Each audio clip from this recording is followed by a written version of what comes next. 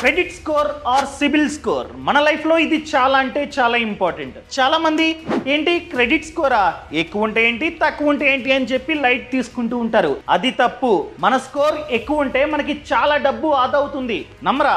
అయితే ఈ వీడియోని మీరు లాస్ట్ వరకు చూడాల్సిందే. సో ఈరోజు ఈ వీడియోలో benefits of having good credit score. Credit score అన్నది ఎక్కువ ఉండడం వలన మనకి ఎన్ని రకాలైన బెనిఫిట్స్ ఉన్నాయో పిన్ టు పిన్ నేనైతే ఎక్స్ప్లెయిన్ చేస్తా.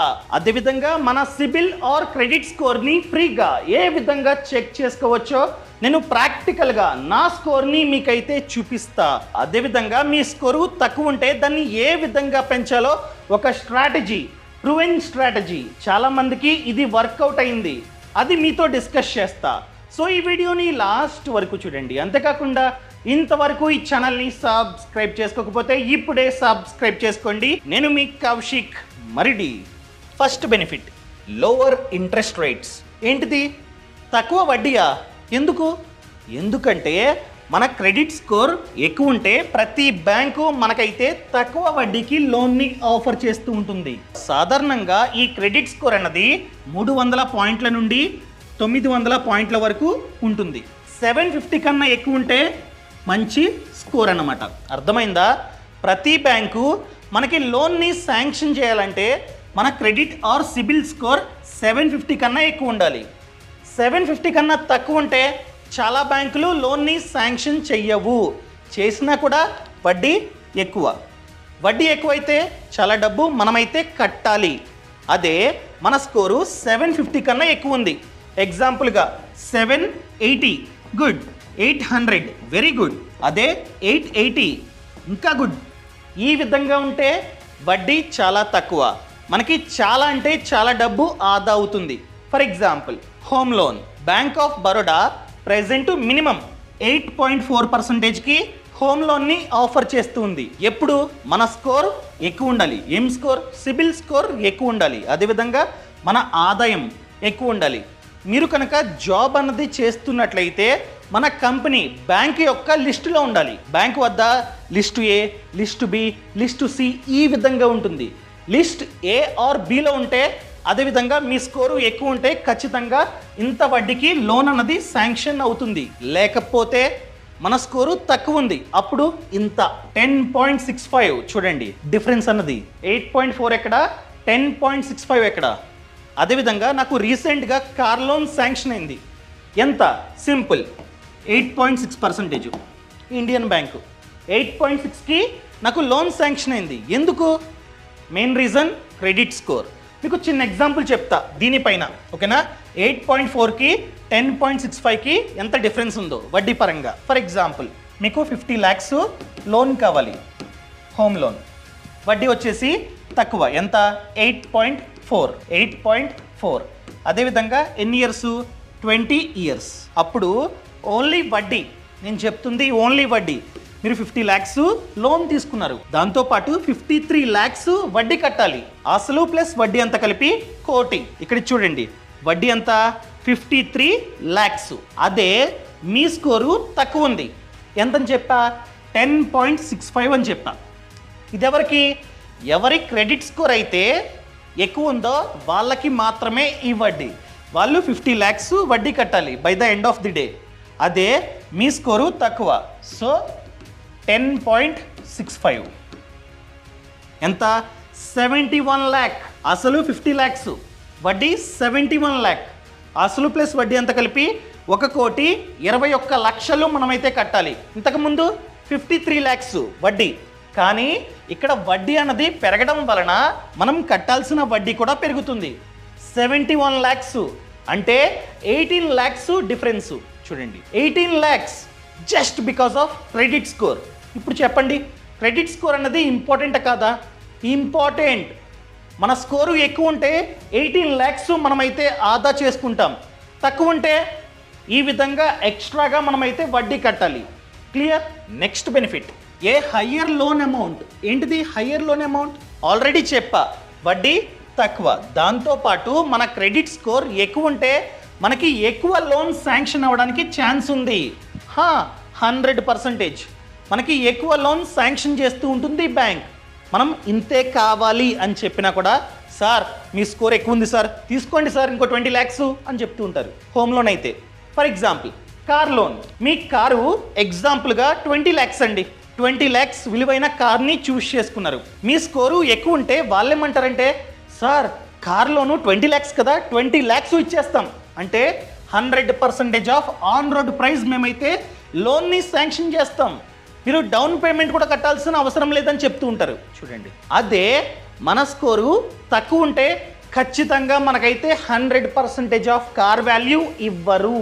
అంటే కారు 20 lakhs అయితే 20 lakhs లోను మనకైతే శాంక్షన్ చెయ్యరు. ఎప్పుడు మన స్కోరు తక్కువ ఉంటాయి. మన స్కోరు ఎక్కువ ఉంటే డౌన్ పేమెంట్ కూడా కట్టాల్సిన అవసరం లేకుండా 100%కి 100% బ్యాంక్ అయితే లోన్ని శాంక్షన్ చేస్తూ ఉంటుంది.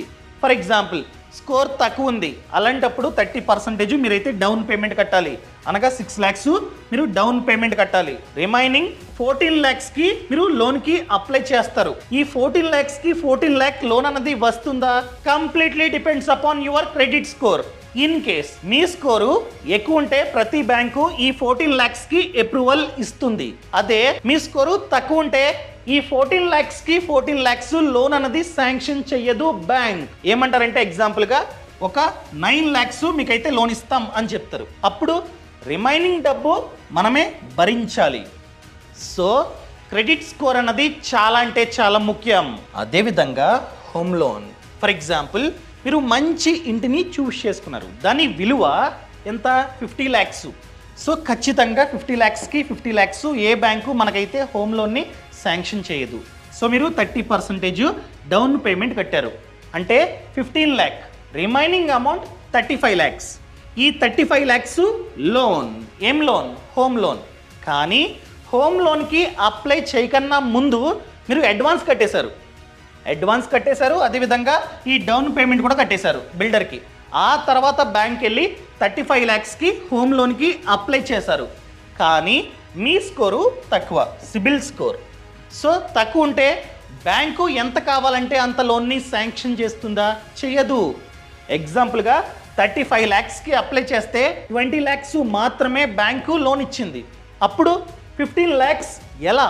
ఈ తప్పుని చాలా మంది చేస్తున్నారు. అడ్వాన్స్ కడతారు, ఆ తర్వాత వెనక్కి ఇవ్వరు చాలా మంది. సో ఈ తప్పుని చేయకండి. నేను చెప్పేది ఏంటంటే ముందు క్రెడిట్ స్కోర్ని పెంచుకోండి. పెంచితే వడ్డీ ఆదా, అదేవిధంగా ఎంత లోన్ కావాలంటే అంత లోన్ రావడానికి ఛాన్స్ ఉంది. మైండ్లో పెట్టుకోండి. మన ఆదాయం, అదేవిధంగా మనం వర్క్ చేసే కంపెనీ కూడా మంచిదై ఉండాలి.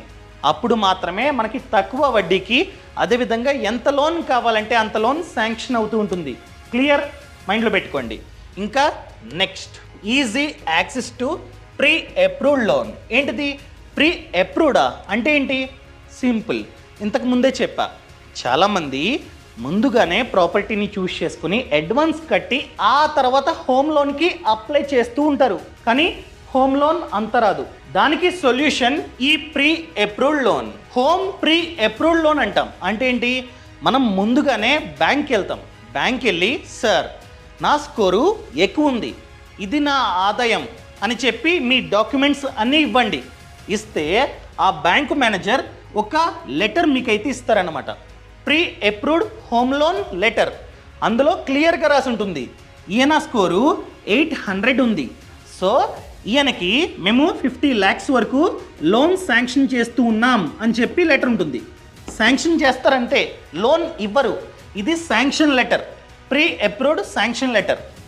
ఈ లెటర్ తీసుకెళ్ళి మీరు ప్రాపర్టీస్ బిల్డర్ ఆయనకి చూపిస్తారు. సార్ చూడండి, నాకు కెపాసిటీ ఉంది, నా ఆదాయం, నా స్కోరు అంతా చూసి బ్యాంకు ఈ లెటర్ ఇచ్చింది, నాకు 50 lakhs వరకు ఆన్ ది స్పాట్ లోన్ని శాంక్షన్ చేస్తుందంట, నా డీటెయిల్స్ అన్ని ఇచ్చేసా అని చూపిస్తే వాళ్ళు డిస్కౌంట్ ఇస్తారనమాట. ఎందుకంటే మనం serious buyer, bank already approval ఇచ్చేసింది. సో వాళ్ళు మనకి డిస్కౌంట్ అన్నది ఇస్తారు. తర్వాత డౌట్ ఉండదు, ఎందుకంటే బ్యాంకే శాంక్షన్ చేసింది 50 lakhs. తర్వాత ఖచ్చితంగా ఈ 50 lakhs ఇవ్వాల్సిందే, అంతిస్తాం ఇంతిస్తాం అని బ్యాంకు చెప్పదు. క్లియర్?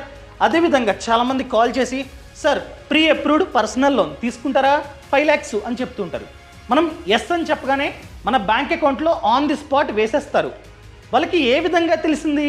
మన స్కోర్, మన సిబిల్ స్కోర్ని వాళ్ళు ముందుగానే చూసి అప్రూవ్ చేసి ఆ తర్వాత కాల్ చేస్తున్నారు. మనం ఓకే అని చెప్పగానే వెంటనే ఆ డబ్బు మన బ్యాంక్ అకౌంట్లో వేస్తారు. ప్రాసెస్ కూడా తక్కువ.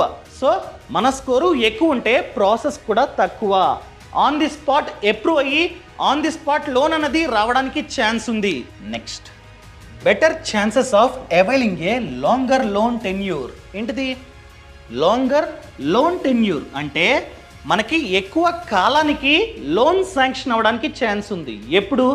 ఎప్పుడైతే మన క్రెడిట్ స్కోర్ అనేది ఎక్కువ ఉంటుందో అప్పుడు. ఫర్ ఎగ్జాంపుల్ పర్సనల్ లోన్, చాలా బ్యాంకులు మన స్కోరు తక్కువ ఉంటే 3 ఇయర్స్ అంటారు.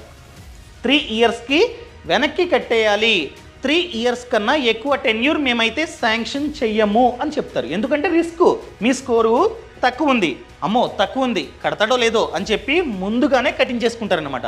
3 ఇయర్స్ మాత్రమే టెన్యూర్ పెడతారు. సో 3 ఇయర్స్లో మనమైతే కట్టేయాలి. తక్కువ టెన్యూర్ ఉంటే ఈఎంఐ ఎక్కువ, కమిట్మెంట్స్ ఉంటాయి. ఎన్ని కమిట్మెంట్స్ ఉన్నా కూడా ఎక్కువ ఈఎంఐ కట్టాలి. అదే మీ స్కోర్ కనుక ఎక్కువ ఉంటే టెన్యూర్ ఎక్కువ. ఫర్ ఎగ్జాంపుల్ మ్యాక్స్ 7 ఇయర్స్ ఇవ్వచ్చు, ఎందుకంటే రిస్క్ అన్నది తక్కువ, మీ స్కోరు ఎక్కువ ఉంది. సో 7 ఇయర్స్కి శాంక్షన్ చేస్తే ఈఎంఐ తక్కువ. బట్ మనం ఎండ్ ఆఫ్ ది డే ఎక్కువ వడ్డీ కడతాం, అది మైండ్లో పెట్టుకోండి.